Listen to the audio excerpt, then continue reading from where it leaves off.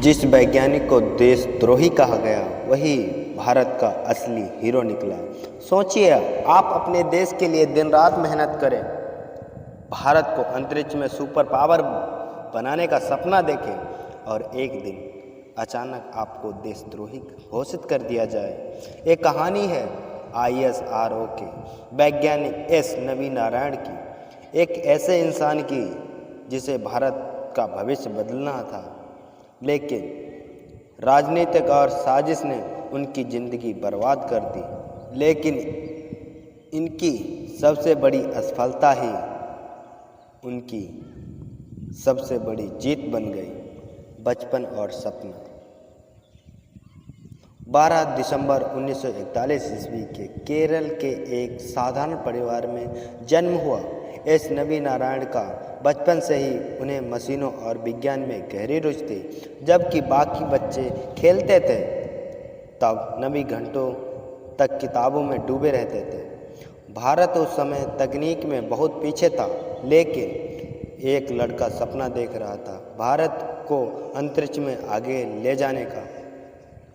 1960 से 1970 का दौर भारत अंतरिक्ष विज्ञान में अपने पहले कदम रखा था और इसी दौरान नवी नारायण ISRO से जुड़े थे।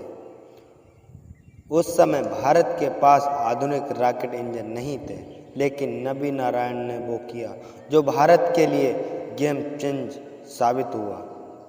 उन्होंने फ्रांस से विकास इंजन की तकनीक भारत लाई। यही इंजन बाद में PSLV रॉकेट की ताकत बना। अगर नवी नारायण नहीं होते तो शायद भारत का स्पेस मिशन इतना आगे नहीं बढ़ पाता। पहली बड़ी असफलता।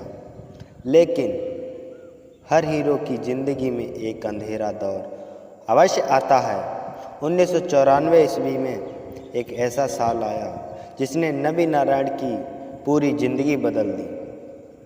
उन पर आरोप लगाकर उन्हें भारत की गुप्त रॉकेट तकनीक दुश्मन के देशों को बेचने उन पर आरोप लगा कि उन्होंने भारत की गुप्त रॉकेट तकनीक दुश्मन देशों को बेच दी। ISRO का वैज्ञानिक देशद्रोही घोषित कर दिया गया। पूरे देश में सनसनी फैल गई। मीडिया ने बिना सच्चाई जाने उन्हें गुनहगार बता दिया। उनकी इज्जत, उनका करियर सब खत्म हो गया। सोचिए, जिस इंसान ने जिंदगी देश को दे दी, उसी देश में उसे अपराधी बना दिया। नवी नारायण और उनके परिवार ने मानसिक यातना झेली। लोग उन्हें शक की नज़र से देखने लगे। उनका सपना टूट चुका था, लेकिन सच्चाई अभी बाकी थी। सच सामने आया। CBI ने जांच शुरू की और धीरे धीरे पूरा सच सामने आने लगा। नवी नारायण निर्दोष थे। उन पर लगाए गए सारे आरोप झूठे थे।